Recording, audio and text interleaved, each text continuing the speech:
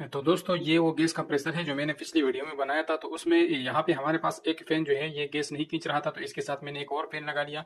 तो अब ये दो फैन जो है इसके ऊपर हम गैस टेस्ट कर रहे हैं। तो यहाँ पे आप लोग देख सकते हैं गैस बिल्कुल ना होने के बराबर है। और यहाँ पे मैं इसके जब तारे लगा लूंगा तो फिर आप गैस का जो है स्पीड देख सकोगे। यहाँ पे मैंने एक फैन ऑन कर दिया और गैस का स्पीड थोड़ा सा बढ़ गया। अब मैं दूसरे फैन की तार लगा देता हूँ। तो दोनों पेन के तार मैंने लगा लिए और यहाँ पे जो है स्पीड आप लोग देख सकते हैं कि काफ़ी बढ़ गया है। तो ये जो है कम गैस का प्रेशर ज़्यादा कर सकता है, लेकिन जब गैस बिल्कुल ना हो तो फिर उस टाइम जो है गैस नहीं खींच सकता। तो इसको मैं फिर बंद कर लेता हूँ। तो दोनों फैन मैंने बंद कर दिए हैं और अब आप गैस का स्पीड देख सकते हैं कि गैस जो है बिल्कुल स्लो हो गया है। तो ये काफ़ी मदद देता है गैस खींचने में। और अब मैं इसको दोबारा से ऑन कर लेता हूँ।